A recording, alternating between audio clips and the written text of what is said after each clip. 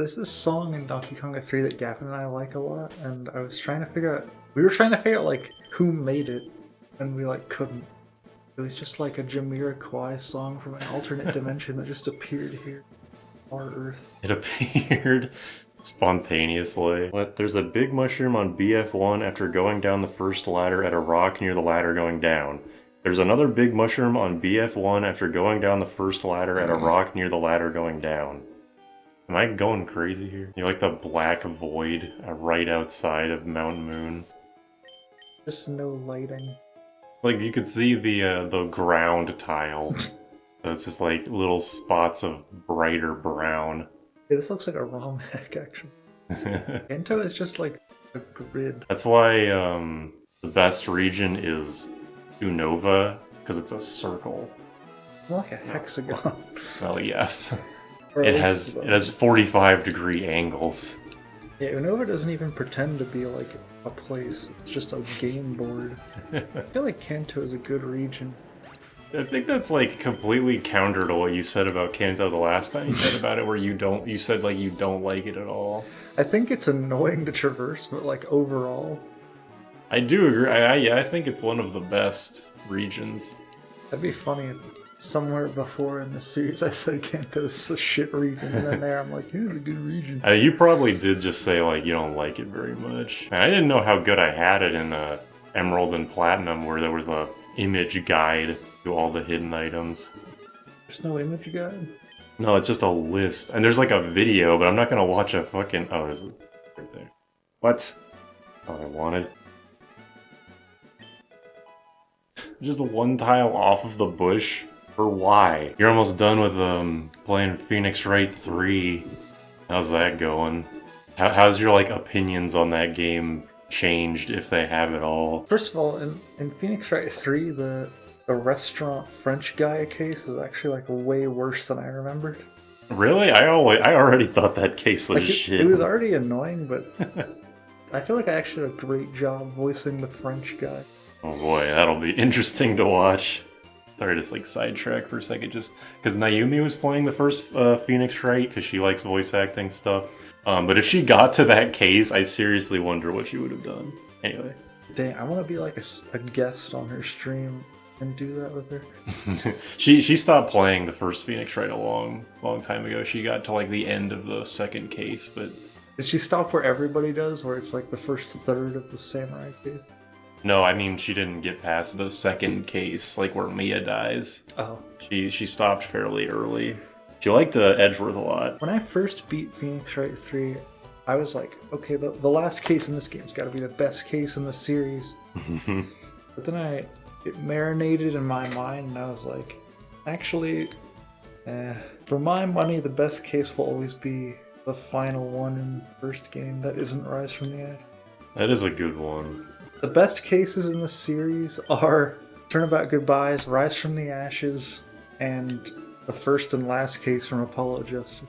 Those are my highlights of the series. Man, I wish that Apollo's second and third cases were made more like the future games, where they actually like try to tell an overarching story. Because yeah, the first and last are so good. I only asked because like I've been editing one of the cases for you because you asked, and you guys were like totally sick of Turnabout Big Top like by the quarter mark of it, basically. So I'm just curious how. Well, yeah, the cafe case, if that's similar. Trebien case is actually worse than Turnabout Big Top in my mind, because at least Turnabout Big Top has like the clown. None of the characters in the Trebien case are like, I don't like any of them like at all. The French guy is like, it's kind of annoying. The red angry guy is kind of annoying. The old man is annoying. It doesn't help that none of the character designs are very appealing. I don't know why, but 2 and 3 don't really seem to have as good character designs as the first game. Like in Turnabout Samurai, all the goofy characters, I like them well enough. I think I would generally agree, but also I really don't like Red White. He feels weirdly designed compared to everybody else in that game. He's supposed to be like overwhelmingly American, I think. Yeah. I mean, he is Red White of Blue Corp. I know that's probably not the name in Japanese, but still. I have a difficult time seeing the first 3 Phoenix Wright games as a trilogy, Because I just like mostly just like the first game. Yeah. I prefer seeing the first game as like a self-contained thing. It was designed that way, so that makes sense. Obviously, Capcom would never do it, but I do kind of wish that it's Shu Takumi, right? Mm-hmm. That like he had the ability to make the original trilogy how he would have originally envisioned it, or how he would have envisioned it. I think that'd be cool, but not gonna happen. Also, April May is kind of wacky. Yeah, she's kind of funny, honestly. Her character design isn't too egregious, because there's plenty of booby characters throughout the series, but she's like deliberately over the top in that way. I really want to be done with the trilogy so that I can show them the anime voices. It's a comparison to what you guys are doing. Because honestly, like, some of the voice choices for the anime, I'm not huge on. Like who would you say? I think Edgeworth doesn't sound like New Englandy, or not. Just he doesn't sound like posh enough to me. I think version of Edgeworth is like my favorite version of Edgeworth. It's funny that like my best and favorite voice to do is Gumshoe, his best and favorite voice to do is Edgeworth. So you'd think that the Edgeworth games would be perfect, but then they just suck. But the games just suck, so it kind of is a moot. Not that he needs to know that. Yeah, I think the game does not want you to win by any means necessary, because once you win, everyone's dead. Oh, you mean in this game? Yeah. Oh no, you're probably right. A long time ago, I read this Pokemon Ruby creepypasta, where when the drought happens, the like game turns off, and then the cartridge itself is like really hot to the touch. That's like the only thing that stuck out, because the rest of it was just like standard creepypasta fare. I'm saying that because like I feel like this is like a creepypasta thing where everybody knows that the world is going to end if you win, so they're trying to do everything in their power to stop you from winning. Yeah, how you say that, you're definitely right. This is 100% creepypasta material. Wait, do you not get any item if you just flee? No, the electrodes are just mimics. There's no real positive to fighting them. I mean, you can catch them, but electrodes sucks dick, so I'm not gonna do that. Plus, I have 50 Pokemon. Even though you only need 30 or whatever. Yeah, I'm still upset about that. At least I got to come up with a bunch of funny, put up air quotes in the on the screen. Around Electrode. And his name and level and health bar. Speaking of creepypastas, I don't know if I've ever talked to you about this. Have you ever read the Godzilla game creepypasta? Is that like famous? It's fairly well known. I know Ding Dong on Oni Plays referenced it once. Really? It's like really well written. It's it's this kind of standard setup. It's a creepypasta after all. It's fairly standard setup. It's like, oh, I got a regular game, but it turns out it's haunted. This guy gets a Godzilla on the NES, and it turns out that it's like there's this weird like demon creature that keeps like destroying, like murdering all the characters in the game. It's only notable in that the guy who wrote it is a really good sprite artist, so he like made custom sprites to make the story more authentic. It's kind of like how the Ben Drowned creepypasta. Well, I've never seen this sprite. It's like on the Ben Drowned creepypasta, there's like all the videos associated with it to make it more like believable, kind of like that. It was cool, and I don't know if you want me to spoil it. It's like something you can read in like half an hour. Basically, it just turns into like, my dead girlfriend was like an angel and possessed the game, and with the power of friendship, we beat the evil cartridge. It's like, one of those. It comes completely out of nowhere. I was actually like mad when I finished reading it. I was like, why the fuck? Why'd you do that? Like, this is a really cool story. Why is this just like power? Like, why am I just watching a Persona fanfiction? Aren't there like a bunch of creepypastas that are like that? It's like, my dead such and such who's in the game. I mean, probably, but I never read fanfiction or creepypastas like ever, so I'm not well attuned to the community. I guess that was disappointing to read. It was so good until the last like 10 minutes. It's like the inverse F-Zero anime in that way, I suppose. You know how Retsupre has like the creepypasta reading? Yeah, I remember when I was trying to find stuff to listen to at work, I listened to all of those in a row.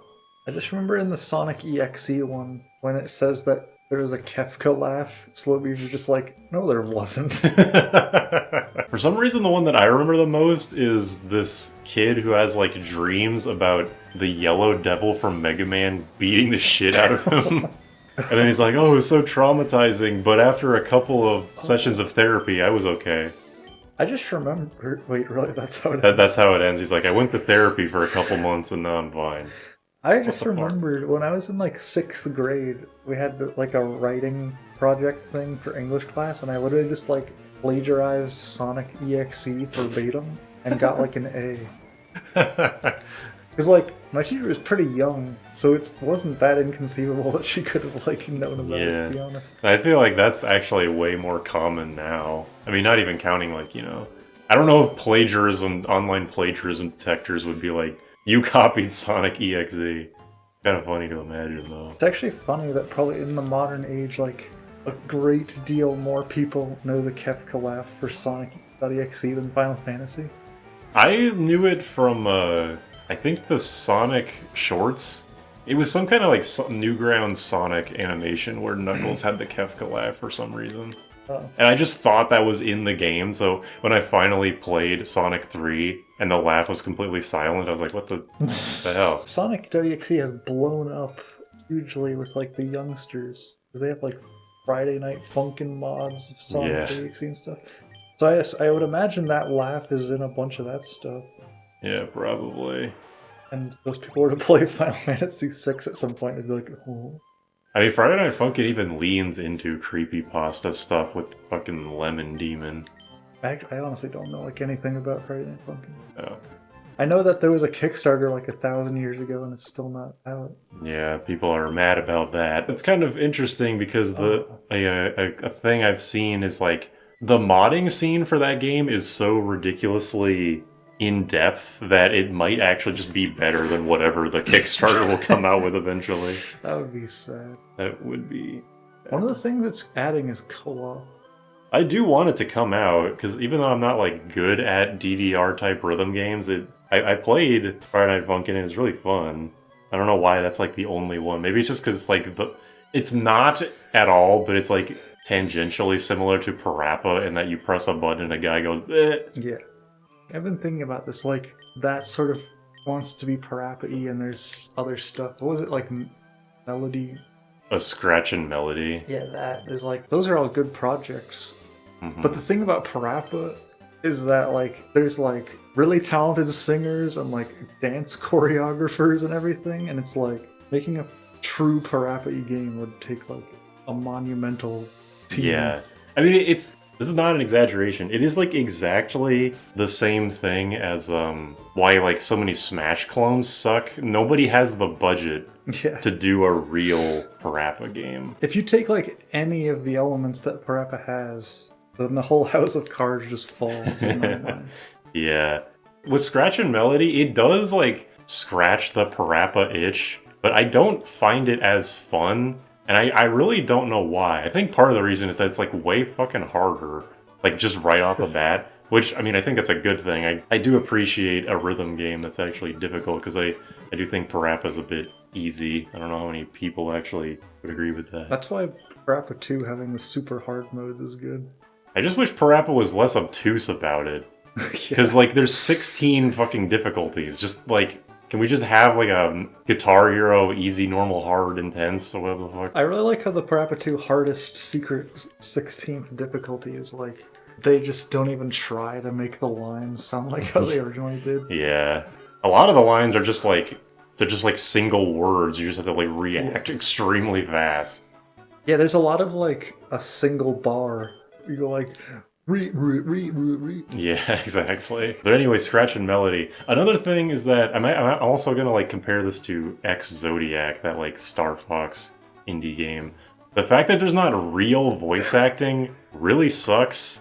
I'm not going to blame the developers. Can I just say this experience with this music is fucking maddening. Yes, this is an interesting visual experience, to be sure. If you don't know, the voice acting in Scratch and Melody is Vocaloid, but it's like English. And Vocaloid was not, even though you can make English, like the technology has advanced enough to where you can have it say English stuff. It doesn't really work that well. It's like Tomodachi Life. It's when the Vocaloid is being pitch shifted so much and like it's going by so fast, it's almost impossible to tell what anyone is saying. Parappa gets a lot of mileage out of Parappa being understandable, even when you're just mashing buttons. Like you can just make your own rap and it actually sounds like something, but if you start freestyling in scratch and melody, you cannot understand a goddamn thing that girl is saying. Yeah, the thing for me is like if you have a Parappa-like game and you take out the actual singing, I kind of don't care anymore. Yeah, I think the songs are really good, but yeah, if you take out Parappa from Parappa, then it becomes significantly less interesting. I didn't even get what I wanted in that underground half. Get up in the morning. Also in Parappa, more specifically in Lammy, Katie Katz's voice actor / singer is like the most talented person I've ever heard in my life. Was that the blue cat? Yeah, didn't she die recently? That was sad. Yeah, she died at some point, unfortunately. Yeah, she's really good. On the album version of all the songs, she sings most of them. And the way she can just like scream high notes is amazing. That's just like why Parappa will never exist ever again, is because of stuff like that. It's just we're not in the PS1, PS2 like experimental era anymore, unfortunately. Like nobody finds it worth it enough to put together a team like that anymore. Yeah, I brought up X Zodiac because it kind of has a similar thing. It's like objectively a very well-made game and captures the aesthetic of original Star Fox very well, but there's no voice acting, which is why people are so attached to Star Fox. Like, cheesy as it is, the Star Fox 64 voice acting is, like, legendary for a reason, and not having it really sucks. I always took it for granted when I was super young, but it is actually pretty impressive. It's like, yeah, it's cheesy, but it's like actually pretty good. It's like what other 64 game even has like half the amount of voice acting. Yeah, I mean that's kind of why, like a big reason why the game was a big deal. How the fuck am I supposed to get hidden items on the fucking bike path? That's like why the game was so a big reason why it was so like interesting when it came out, is because it was a first-party Nintendo game that actually had full voice acting. I'm not even saying that the game necessarily should have voice acting, X Zodiac, I mean, because you can look at Freedom Planet. That game's voice acting is not very good. And I remember the zero punctuation review of that game being like, you had the right idea making a Sonic fan game, like of Sonic games people actually like. Why did you do that? Why you know what the original games didn't have is fucking voices. Like, you know what people don't really like about some 3D Sonic games? The fucking voices. They just wanted to do it. I respect it. Where is it? A long time ago, one of the Conjun House episodes was promoting this Kickstarter for Blue Omen Operation. I remember that. And I looked it up recently, and a few months ago, or maybe like a year ago at this point, at some point fairly recently, they made an update for the Kickstarter where they were like, we're gonna stop working on this for now, and wait, really? We're gonna start making a different, smaller game. Sorry. Wait, really? Well, they made it sound like they're gonna come back to it, but people were pretty upset that like after so many years, they were just like, we're gonna try and make a smaller game. That's very interesting. I actually played the demo. I downloaded and played the demo. And I didn't even know there was a demo. The combat is like Super Mario RPG in that you can't really tell exactly when you're supposed to press the action button. Stuff just sort of happens and you have to press it at the right moment. I was actually aware of that game before the Conjun House episode because the artist was like a guy called Inkerton, who one of my friends follows on like Tumblr. Sure. That was the only reason why I knew about it. Right fucking here. Why would they do this? How the fuck are you supposed to... Is there a way to like stop? If you're... Oh, you can press B. Well, it doesn't fucking help, I guess. Alright, sorry. If you're sideways, you should just start tumbling down.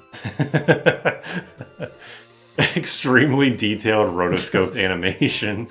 Yeah, it's like ragdoll. Something weird about the Game Boy Advance I never understood is how there's ostensibly a sleep mode, but only some games let you do. I never used sleep mode as a kid because I was always afraid I was going to forget the button combination to turn the game back on.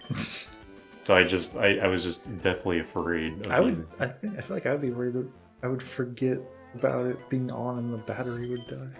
That too. That kind of happened to me when I was first playing Persona 5. I was like midway through a dungeon and I had to go do something for a while, so I just left it on, and I didn't know the PS3 had a automatic power off function after like 3 hours of an activity, so it just turned the fuck off. You had not saved for your entire playthrough, so you had to start the whole game over. Can we ask people if they like how the Steam Trilogy version of Phoenix Wright looks? Yeah, might as well. We were talking last night about we think it looks really bad. So yeah, we don't like how the original trilogy looks. I don't really like how Apollo and the Investigations games look in their trilogies. I did look again at the two games like last night after we talked about it, and I do like it does look better. It like 100% looks better than the original trilogy. You're talking about the Steam version. Yeah, I think that of the 3 Steam versions of the 3 trilogy, or the trilogies on the Edgeworth games, the Apollo one and the Edgeworth one look way better than the original trilogy one. But I still don't really like how any of them look, just because I'm so attached to the pixel art, especially in Apollo. Original like DS Apollo, I think is by far the best looking Ace Attorney game, and it's not even fucking close. It's up there with the best looking DS games. Yeah. Yeah, like ultimately we just prefer the pixel art over everything. But also I think that the HD trilogy does just generally look bad, because there's plenty of examples of that art style that isn't pixel art and it's just drawn. Like, for example, the Investigations duology that just came out, and it looks good. So I have no idea what the hell happened with the trilogy. After the DS games, like, I feel like they fired every single, like, artist they had, just because I don't really like how the 3DS games look, and I don't really like how the Great Ace Attorney games look. And all 4 of those games were 3DS games originally. So I really don't know what happened. I mean, with the 3D games, the original characters look fine, but the way they try to imitate Phoenix and Apollo's 2D sprites in 3D just looks straight up bad. It does not look good at all. But anyway, yeah, I'm not sure how common of an opinion that is, because whenever I do see people talk about the Phoenix Wright trilogy, everyone just says like, oh, this trilogy version's the best. And even like that objection.lol is based on the trilogy version. I read an interesting thing that sort of implied that the way that the characters act in the Japanese versions of Ace Attorney is decently different than how they act in the English. Just like all characters categorically. At least some of them. Like apparently one of Pearl's things is that in Japanese, is that she like uses really big words randomly that like little kids generally wouldn't know. Don't use, yeah. Which is kind of interesting, because in 3 there's the whole thing about how she can't read. Yeah. Well. I don't remember why I think this, but I always did get the idea that Pearl was supposed to be a, like, way smarter than she's supposed to be kind of character. But yeah, also she can't read.